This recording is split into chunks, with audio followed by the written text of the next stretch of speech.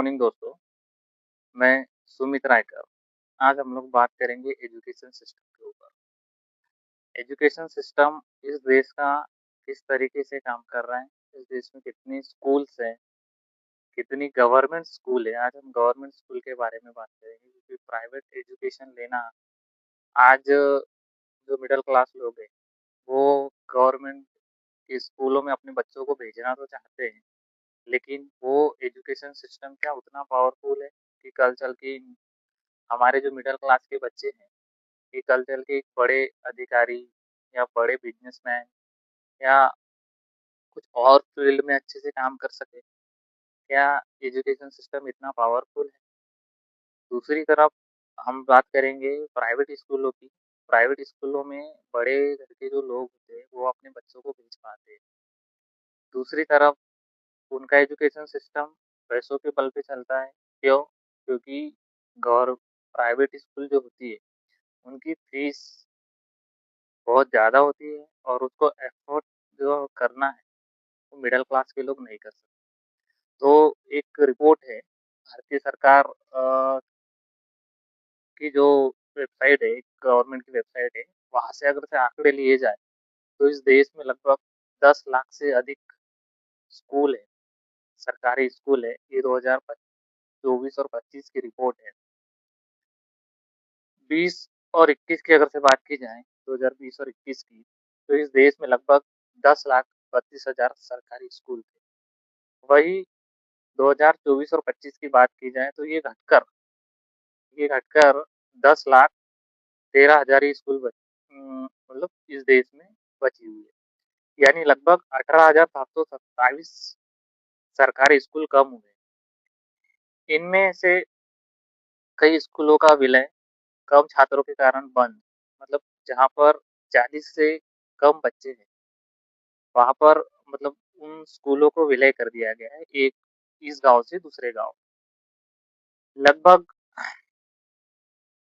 अगर से सरकारी स्कूलों की बात की जाए, तो इस देश में गवर्नमेंट की जो पॉलिसी है, उस पॉलिसी को किस तरीके से ये कम किया जा रहा है, इसका एक बहुत बड़ा उदाहरण अगर से हम लेंगे इस देश की एजुकेशन जो पावर शिक्षा शिक्षा है, उसके लिए।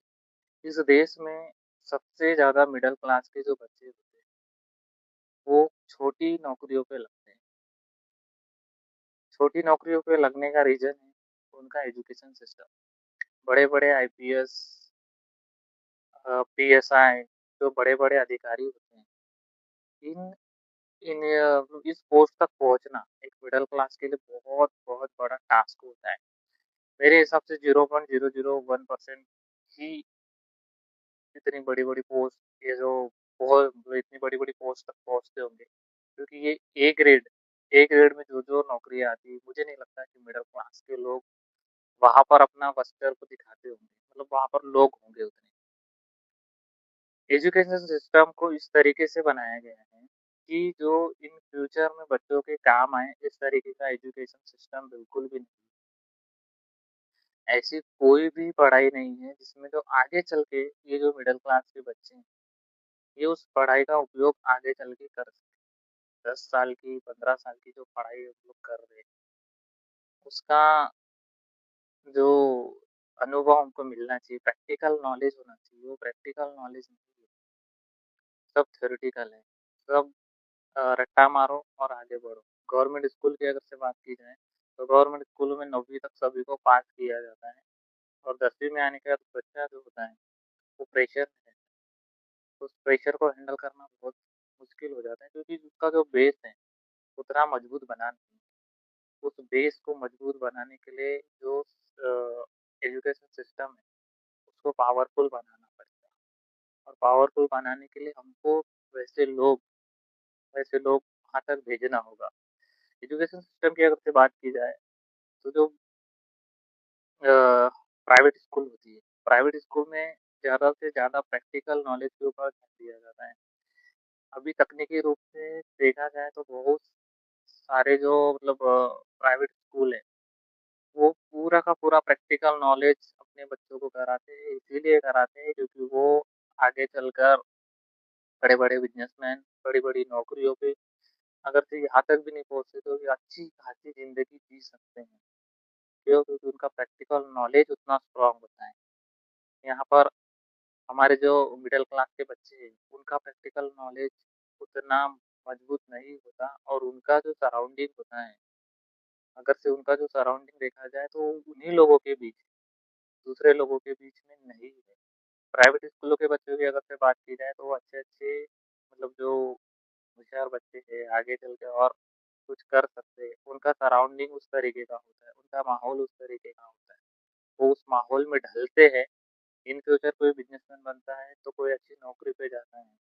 तो ये लोग ऑटोमेटिक ग्रो करते हैं, जो अच्छी खासी स्कूलों में पढ़ रहे हैं।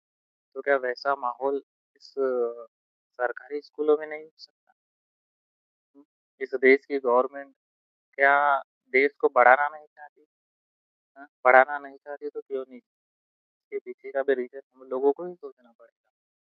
क्योंकि शिक्षा एक बहुत बड़ा हथियार है। डॉक्टर बी आर अम्बेडकर कहते हैं शिक्षा वो शेरनी का दूध है, जो पिएगा दहाड़ेगा शेर की तरह। अपने हक और अधिकार को अगर से हम जान लें, हमको अपने हक अधिकार मालूम होंगे, तो हम बहुत कुछ कर सकते हैं।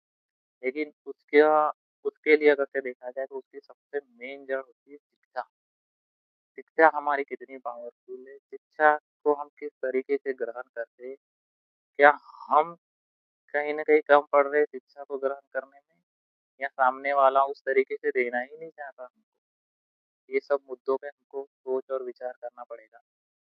तो आज के लिए इतना ही, और कुछ भी डिटेल होगी तो नेक्स्ट पार्ट में हम लोग बात करेंगे।